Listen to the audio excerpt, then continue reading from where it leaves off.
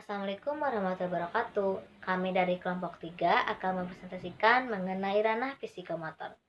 Sebelumnya, izin perkenalan, nama saya Wina Fitriani dengan nomor induk mahasiswa 1954308 dan rekan saya Nadila Ripani Putri Mufatir dengan nomor induk mahasiswa 1954316, Liana dengan nomor induk mahasiswa 1954305, Siti Nurul Khadijah dengan nomor induk mahasiswa 1954312,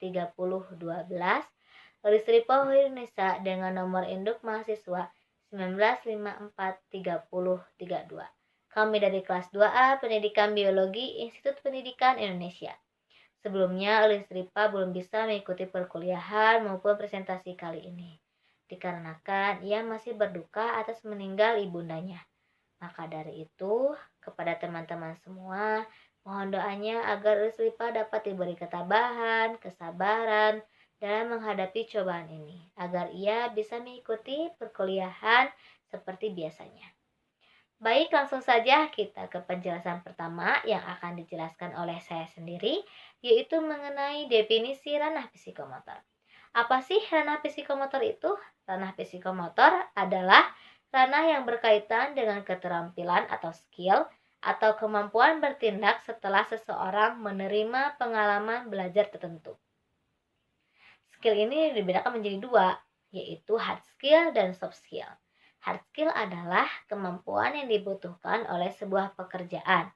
Biasanya kemampuan spesifik dan menjadi salah satu deskripsi pekerjaan kamu kelak. Hard skill ini bisa kita peroleh dari edukasi formal atau perkuliahan, pelatihan, magang, kelas singkat, kelas online, atau program sertifikasi, dan masih banyak lagi. Soft skill adalah kepribadian, atribut personal, serta kemampuan komunikasi yang dibutuhkan untuk sukses dalam sebuah pekerjaan. Nah, untuk contoh hard skill adalah desain web, menulis, programming komputer, akuntansi, bahasa asing, dan lain-lain.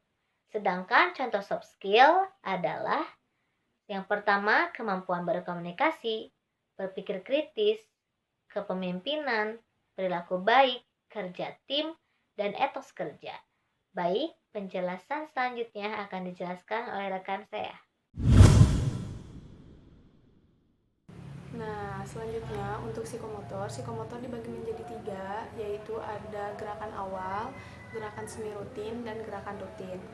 Untuk gerakan awal yaitu kesiapan siswa untuk melakukan atau meniru suatu gerakan, yaitu mental, fisik, maupun emosional. Nah, yang kedua itu ada gerakan semi rutin. Gerakan semi rutin yaitu kemampuan meniru gerakan tertentu. Nah, dan yang terakhir ada gerakan rutin. Gerakan rutin yaitu kemampuan melakukan gerakan secara menyeluruh dengan sempurna hingga tingkatan otomatis. Ranah psikomotor menurut Elizabeth Simpson yaitu ada 7, 1 persepsi, 2 menyiapkan, 3 menanggapi respon, 4 mekanis, 5 mengembangkan respon kompleks, 6 adaptasi, 7 orisinalitas. Persepsi yaitu proses menyadari benda, kualitas, dan sebagainya melalui panca indera. Kesiapan yaitu kesiapan terhadap tindakan atau pengalaman tertentu. Kesiapan dapat berupa mental, fisik, atau emosional. Menanggapi respon yaitu perilaku yang jelas dari seorang individu terhadap bimbingannya. Kemudian mekanisme terjadi ketika respon yang dipelajari telah menjadi suatu kebiasaan. Mengembangkan respon kompleks yaitu kinerja respon yang jelas dari tindakan motorik yang kompleks karena adanya pola tertentu yang telah ditetapkan. Adaptasi yaitu mengubah kegiatan motorik untuk memenuhi tuntunan situasi yang bermanfaat. Orisinalitas yaitu menciptakan tindakan motorik atau cara baru yang dapat memanipulasi keterampilan, kemampuan, atau pemahaman yang berkembang pada area psikomotor. Di sini saya akan menjelaskan tujuan dari psikomotor. tujuan psikomotor itu ada 5. Yang pertama, meniru. Terjadi ketika siswa mengamati suatu gerakan, mulai memberi respons serupa dengan yang diamatinya. Peniruan ini pada umumnya dalam bentuk global dan tidak sempurna. Yang kedua, manipulasi. Menekankan perkembangan kemampuan mengikuti pengarahan, penampilan, gerakan-gerakan, pilihan yang menetapkan sesuatu penampilan melalui latihan. Pada tingkat ini, siswa menampilkan sesuatu menurut petunjuk-petunjuk, tidak hanya meniru tingkah laku saja. Yang ketiga, ketetapan. Memerlukan kecermatan, proporsi, dan kepastian yang lebih tinggi dalam penampilan. Respon-respon lebih terkoreksi dan kesalahan-kesalahan dibatasi sampai pada tingkat minimum.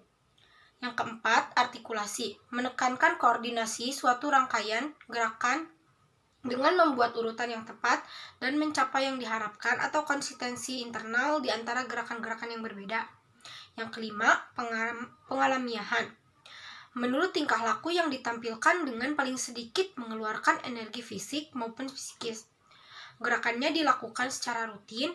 Pengalamiahan ini merupakan tingkat kemampuan tertinggi dalam domain psikomotor.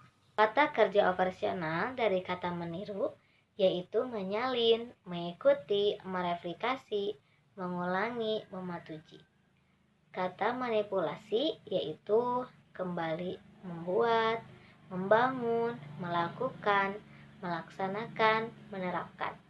Kemudian presisi yaitu menunjukkan, melengkapi, menyempurnakan, mengkalibrasi, mengendalikan.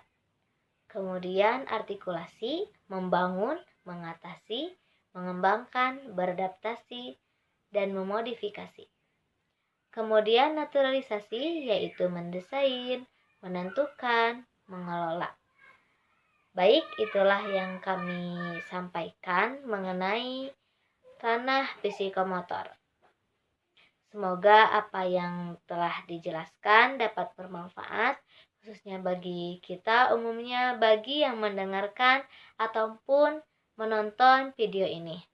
Mohon maaf apabila ada kesalahan, baik kata maupun perbuatan. Terima kasih. Wassalamualaikum warahmatullahi wabarakatuh.